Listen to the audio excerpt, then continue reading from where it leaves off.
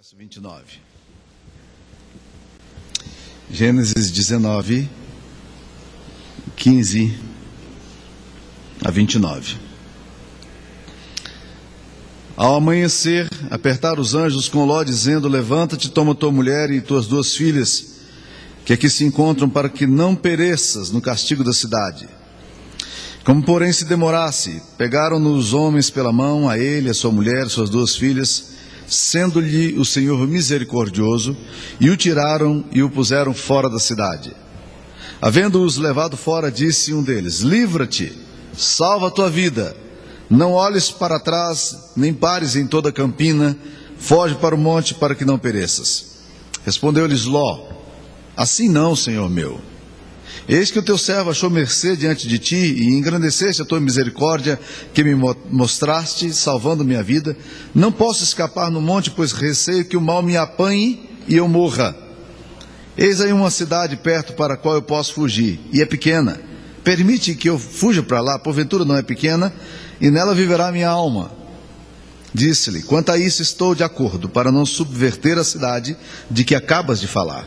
Apressa-te, refugia-te nela, pois nada posso fazer enquanto não tiveres chegado lá. Por isso se chamou Zoar, o nome da cidade. Saía o sol sobre a terra quando Ló entrou em Zoar.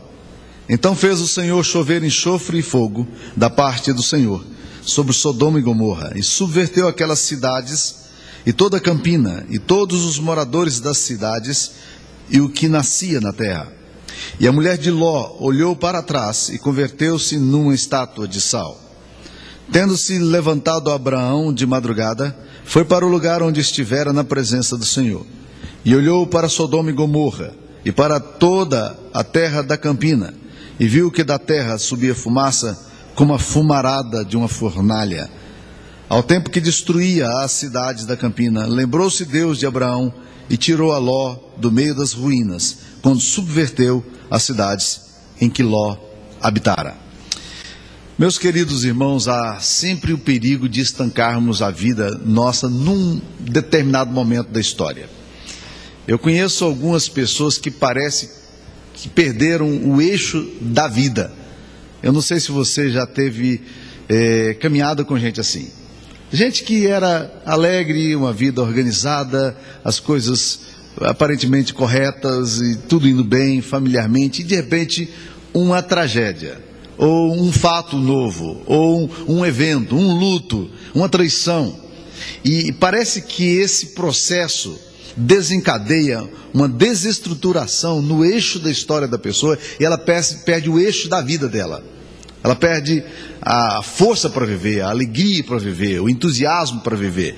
Um evento na vida desmorona a pessoa e desestrutura a pessoa completamente.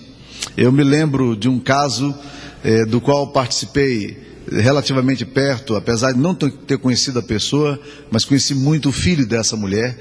Ela era uma mulher cristã, amava a Deus, morava às margens do Rio Doce, lá em Minas Gerais. E uma determinada época houve uma tempestade muito grande, como essas enchentes do final de ano que a gente ouve falar todas as vezes. E ela perdeu todas as coisas que ela tinha em casa, móveis, panelas, cereais, o que ela tinha, tudo ela perdeu. E ela tinha um hábito de escrever no fotolog dela, isso foi há 50 anos atrás, não tinha fotolog não, mas ela tinha um diário, um livrão grandão, que ela escrevia tudo o que acontecia com os meninos, com a família dela, né? Ela registrava naquele diário, né? Fazia isso sempre. E esse livro também foi levado na enxurrada. Todas as demais coisas foram muito difíceis de serem perdidas, mas a perda desse livro desencadeou nela um surto psicótico, e ela nunca mais se organizou. Ela vivia sempre deprimida a partir de então, e ela não chorava os bens que ela tinha perdido, mas chorava o livro que ela tinha perdido. Ela dizia: meu livro desapareceu, meu livro foi para enchente. Mãe, mas vamos escrever um outro livro, mãe, vamos comprar um outro livro. Os meninos deram um livro para ela, livros mais bonitos do que aquele que ela tinha, mas não adiantou. Ela realmente perdeu o eixo da história dela e ela não conseguia se organizar mais. Ela passou a viver naquele estado catatônico e aquilo desmoronou a vida dela. É assim muitas vezes pessoas que sofrem abusos sexuais, pessoas que têm uma experiência de traição, pessoas que foram roubadas de alguma coisa que elas julgavam ter direito, experiências traumáticas, um acidente, e isso pode fazer com que a gente nos paralise, que a gente paralise, que a gente perca a dimensão da nossa história. A mulher de Ló parece ser um bom exemplo para a gente poder entender um pouco de como é que funciona isso aí. A mulher de Ló diz-nos a palavra de Deus que quando os anjos foram para Sodoma e Gomorra, para essas duas cidades, eles foram para destruí-la, e diz-nos a palavra de Deus que os anjos forçaram praticamente eles a saírem de lá, porque eles começaram a demorar, embromar e tal. Os anjos pegaram na mão e disseram: fuja. E aí Ló teve que ter uma reação e disse: eu não vou ter tempo, eu não vou ter condições de sair daqui, subir a montanha, ir para Zoar, eu vou morrer no meio do caminho. E ele, desesperado, disse: deixa um pouquinho mais de tempo. E o anjo disse: então tá bom, você tem o tempo para poder sumir daqui, não olhe para trás, vai embora. E aí eles foram embora. Vocês já pararam para imaginar o que é isso? Você de repente ter que sair da sua casa correndo, você não tem condição de levar absolutamente nada do que você tem, nada. E a mulher de Ló não aguenta a coisa, aquilo é demais para ela, e ela olha para trás e se transforma numa estátua de sal. Seja qual for o significado de estátua de sal, o fato é de que ela não conseguiu imaginar o que Deus tinha pela frente para ela. Ela ficou presa ao seu passado. E este fato de olhar para trás é um fato que pode acontecer muito, e acontece muito hoje em dia também. Esse texto nos mostra que o foco do nosso olhar vai determinar a nossa direção. Para onde é que nós estamos olhando?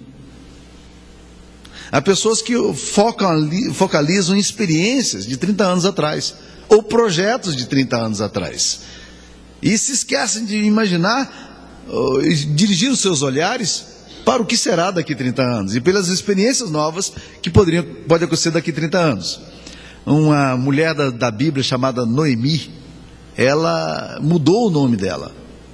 Depois de perder o marido, depois de perder os filhos, de passar por uma experiência de fome, uma tragédia social, ela voltou para Israel depois de ter ido para os Moabitas, e ao voltar as amigas dela disseram: é Noemi que está chegando.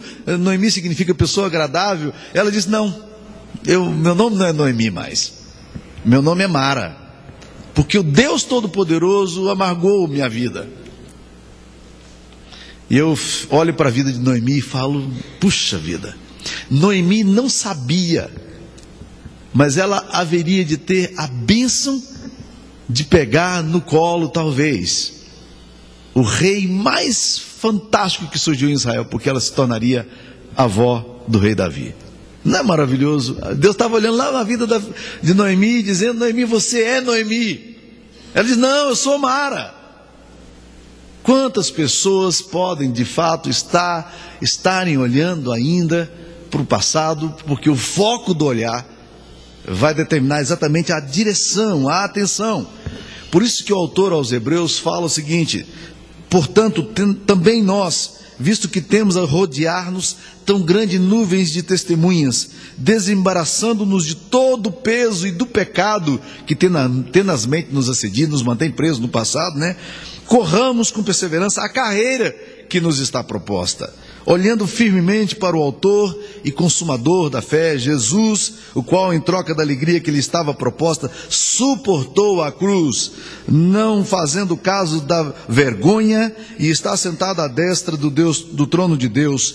Considerai, pois, atentamente aquele que suportou tamanha oposição dos pecadores contra si mesmo, para que não vos fatigueis desmanhando na vossa alma, olhando com perseverança a carreira que nos está proposta, porque o foco do nosso olhar vai determinar a nossa direção. Onde é que os teus olhos estão sendo colocados hoje? Em que lugar você tem colocado o seu olhar?